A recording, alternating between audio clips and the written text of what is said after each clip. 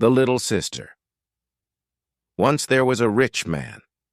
He had a good wife and a fine son, but he wanted many more sons. One day his wife became pregnant, and the rich man was very happy.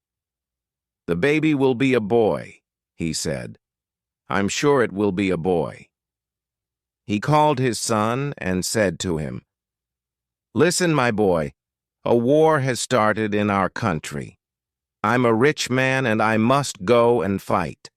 I will be far away, and you will be the only man in the house. You must take care of your mother. Soon her baby will come. I want a boy. I don't want a girl. If it's a girl, you must kill her. Then you must come and find me and show me her blood.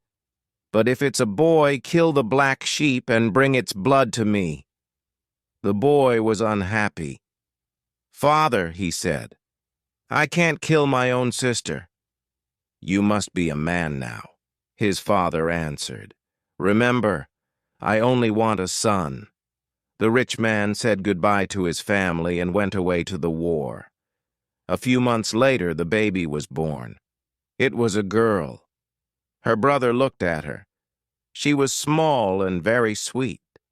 She opened her eyes and smiled at him. He picked her up and held her in his arms. "Little sister," he said quietly, "I'll never hurt you. I'll look after you, I promise." He went outside and killed the black sheep. Then he took its blood and said to his mother, "Mother, I must go and find my father. I must tell him the news."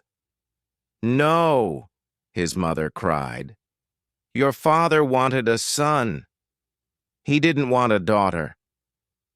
"Don't worry," the boy answered. "I won't tell him the truth." So the boy went to find his father. He traveled a long way through the valleys and over the mountains. At last he found his father. "Father," he said, "you have another son. I have killed the black sheep. Here is its blood." His father was very happy. "This is wonderful news," he said. "Stay here with me. We'll celebrate together." The boy looked at his father. He did not smile. "No, father," he said. "I must go back to my mother." The little girl grew quickly. She was a beautiful child. Her brother loved her. He made her little presents. He told her stories and sang to her. After a long time, the war ended. "Your husband is coming home," everyone said to the boy's mother. "It's wonderful news. Now you will be happy." The boy was very worried. He ran to find his sister. "Our father's coming home," he said. "When he comes, don't run up to him. Don't call him Daddy. Don't try to kiss him. Be like the other children in the village. Then he won't know that you are his daughter." The rich man came home. Everyone ran out to greet him. Only the boy waited at the house. "Are you well, father?" he said. But again he did not smile. That night, the boy woke his sister and went outside. "What are you doing?" she asked. "Where are you going?" "Be quiet," he said. "Our father must not hear us." He untied his father's mule and lifted his sister onto its back. Quietly, they went away. They traveled all night and all the next day, and at last they came to a big forest. "We'll stay here," the boy said. "Our father will never find us here." The boy and his sister lived in the forest for many years. The little girl grew into a beautiful young woman, and the boy grew into a fine young man. Their life was difficult and dangerous.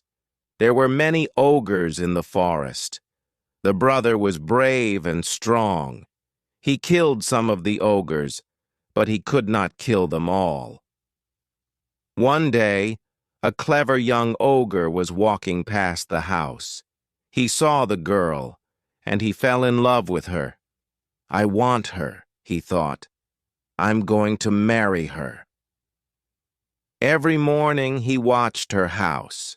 Every morning the young man went out to work in the fields. And every morning the ogre waited. When the girl was alone, he went to the house.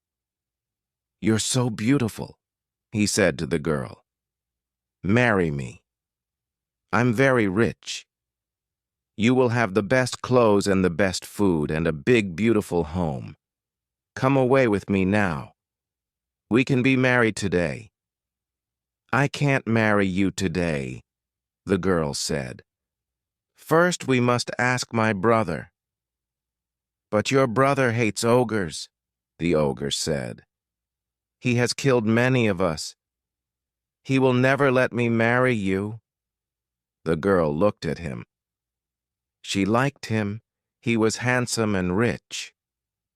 "What we can do," she said. "We must kill your brother," said the ogre. "Then we can be happy." "I can't kill my own brother," said the girl. "I love you, but I can't kill my brother." The ogre was angry. "Who do you love most?" he said. "Me or your brother?" "I don't know." "I don't know," said the girl. Every day the ogre came, and every day he asked the same question. "Who do you love most, me or your brother?" One day, the ogre said, "I can't wait any longer. Marry me, or I'll go away. I'll never see you again." "All right," said the girl. "I'll marry you."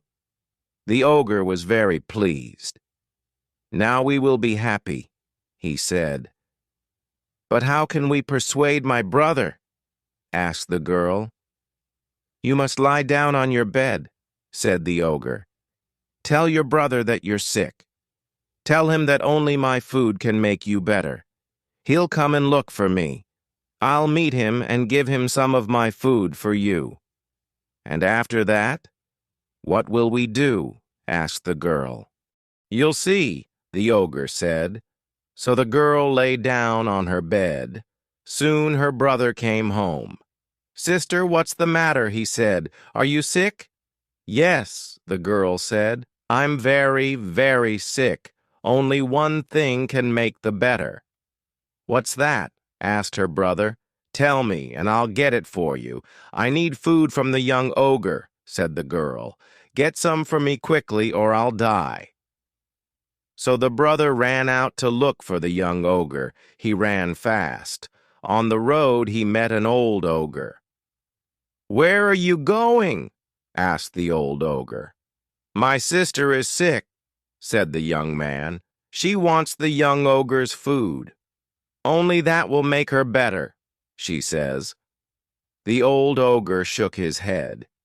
"You're in terrible danger," he said. "There is magic in the food of ogres. When your sister eats the food, she will change. Believe me, I know my people. And I know my sister," said the young man. "She will never hurt me." "You won't listen to me," said the old ogre. "But I'll help you. The young ogre and your sister will try to kill you. Before they kill you, you must say to them, 'Kill me if you like, but then put my body on the back of my mule. Put my rifle on the mule and send it out into the barley field.'" Then the old ogre went away, and the young man ran on. Soon he met the young ogre. "My sister is sick," he said. "Bring me the young ogre's food," she said. "Only that will cure me." The young ogre smiled. "I'll bring her some at once," he said. He ran fast to the brother's house and gave the girl some of his food. She ate it, and she changed. Now she was ready to kill her brother. Her brother came into the house.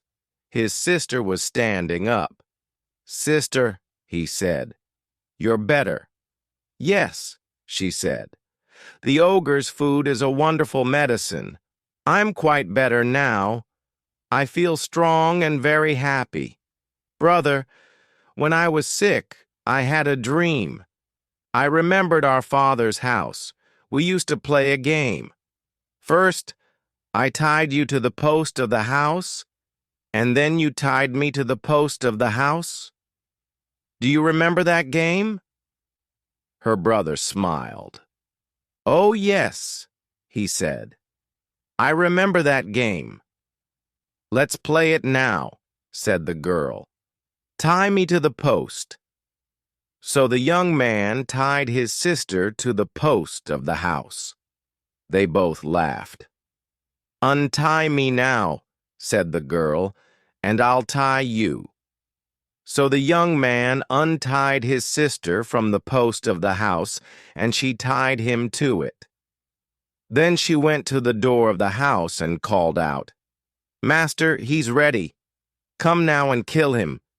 The ogre ran into the house. He had a knife in his hand. Stop. Wait, said the young man. You're going to kill me. I know that, but promise me one thing. Take my body and put it on my mule. Put my rifle on the mule and send it out into the barley field.